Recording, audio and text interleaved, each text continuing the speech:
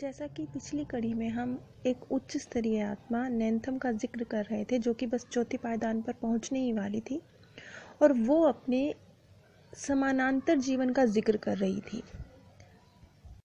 समानांतर जीवन वो जीवन होते हैं जिसमें एक ही आत्मा उसी की ऊर्जा का कुछ प्रतिशत एक जीवन जीता है और कुछ प्रतिशत एक जीवन जीता है, और वो एक ही समय पर धरती पर दो जिंदगियां जी रही होती है, लेकिन वो एक ही आत्मा की ऊर्जा के अंश होते हैं। अब आप इसे जुड़वा आत्मा समझने की गलती मत कीजिएगा, क्योंकि जुड़वा आत्मा अलग है और समानांतर जीवन जीने का फैसला लेने वाली आत्मा, उसका जो रोल है वो अलग है। इसे हम इस तरीके से समझ सकते हैं, जैसे कि कोई बच्चा जो बहुत इंटेलिजेंट है, वो हो सकता है सुबह अपना स्कूल जाए, क्लासेस ज्वाइन करे, और शाम को अपना कोई डांसिंग क्लास ज्वाइन करे, सिंगिंग क्लास ज्वाइन करे। वो अपना वक्त दोनों जगह दे सकता है और दोनों में बेहतर परफॉर्म कर सकता है, क्योंकि उसमें बहुत काबिलियत है। वो बच्चा इंटेलिजेंट है, इसलिए वो चाहे शाम को डांसिंग क्लासेस ज्वाइन करता हो या सिंगिंग क्लासेस ज्वाइन करता हो, लेकिन फिर भी वो सुबह जब स्कूल जाता है तो बहुत अच्छी परफॉर्मेंस देता है। लेकिन ये बात सिर्फ इंटेलिजेंट बच्चे पर लागू होती है। जो बच्चा पढ़ाई में सामान्य है, वो सिर्फ एक ही जगह पे अच्छा परफॉर्म कर ले, इतना ही काफ़ी होता है। इसलिए समानांतर जिंदगी जीने का फैसला अधिकतर उच्च स्तरीय आत्माएं ही लेती हैं। यहाँ पर जो एग्जैक्टली माध्यम के शब्द थे, उसने ये कहा कि ऐसी स्थिति में एक जीवन दूसरे जीवन की क्षतिपूर्ति कर देता है, लेकिन फिर भी ऐसा जीवन बिताना मुश्किल होता है।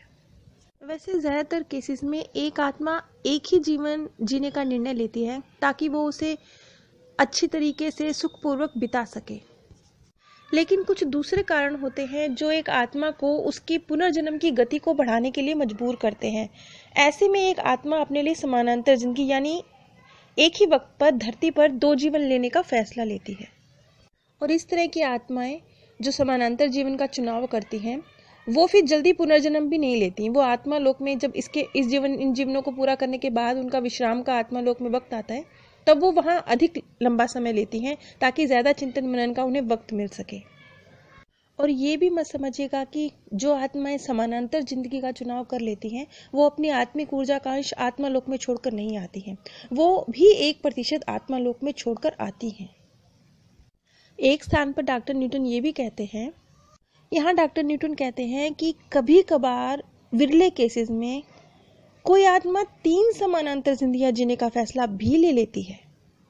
जो अखंड आत्मा की कल्पना है, ये बात उस अवधारणा से अलग जाती है कि हम जब ये कहते हैं कि एक ही आत्मा 2 जीवन लेने का फैसला ले रही है।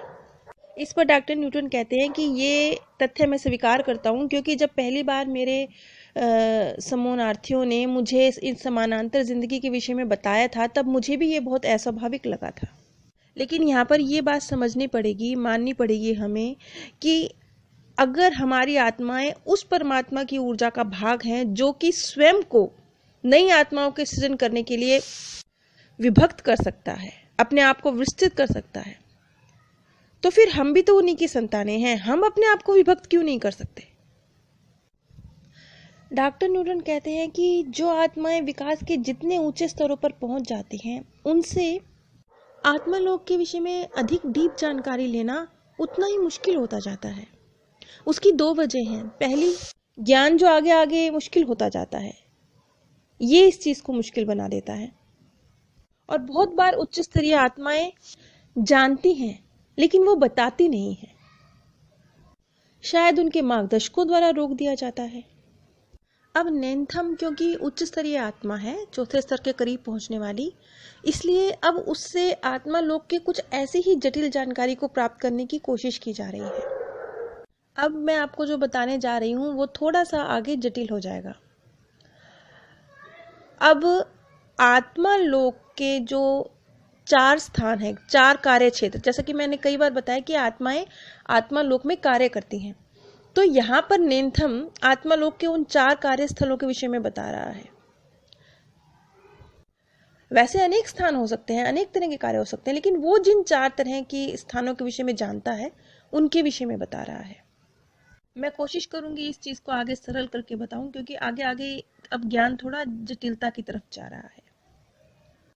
आत्मा लोक के जो कार्यस्थल हैं, उसके नेंथम ने जो उसके विषय में बताया, उसने उन्हें नाम दिया एक अहरहित जगत, दूसरे को उसने नाम दिया सर्व ज्ञान का संसार, तीसरे को उसने नाम दिया सृजन और असृजन का जगत, और चौथे को परिवर्तित समय का जगत। अब ये कौन से स्थान है आत्मा लोक के? यहाँ पर इन नामों का मतलब क्या है? अब डॉक्टर न्यूटन का सवाल था, ये सारे जगत जिनका तुम नाम ले रहे हो, ये क्या इस भौतिक ब्रह्मांड में है? इस पर जवाब था, बस एक है, बाकी सभी तो ध्यान के आयाम रहित क्षेत्र हैं। अगला सवाल था डॉक्टर न्यूटन का, तुम इन्हें जगत क्यों कह रहे हो, तुम इन्हें संसार क्यों कह रहे हो? क्योंकि स्वाभाविक रूप से जब ये इस भौतिक ब्रह्मांड का हिस्सा नहीं है, एक को छोड़कर, अगर ये आत्मा लोक का हिस्सा है, तो तुम इन्हें जगत क्यों कह रहे हो, संसार क्यों कह रहे हो? इस पर जवाब था, क्योंकि मैं इन्हें आत्मिक जीवन के निवास स्थान के रूप में देखता हूं।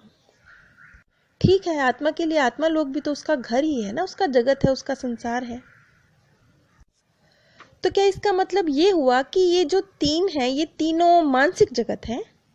अब यहां पर इस बात को ध्यान रखिएगा कि बहुत कुछ मानसिक जगत है आत्मा लोक में। इसी को कहते हैं कि हमारे जो कर्म है उसका इफेक्ट आत्मा लोक में पड़ रहा है, तो उसके अनुरूप हम मां देख रहे हैं। अच्छा, ये अरहित जगत क्या है? क्योंकि इसी को उसने कहा था कि ये मानसिक जगत नहीं है। उसने कहा ये है अध्ययन करने का स्थान। अब इसी चीज को मैं अगली कड़ी में डिटेल में एक्सप्लेन करूंगी कि ये अध्ययन का स्थान क्या है। यदि आप मैनी लाइफ मैनी मास्टर की और सेम सोल मैनी बॉडीज की सीरीज सुनना चाहते हैं, तो कृपया मेरे second channel path of happiness पर विजिट कीजिए, जिसका लिंक मैंने नीचे डिस्क्रिप्शन बॉक्स में दिया है। डिस्क्रिप्शन बॉक्स में ही मैंने अमेज़ोन का लिंक भी शेयर किया है।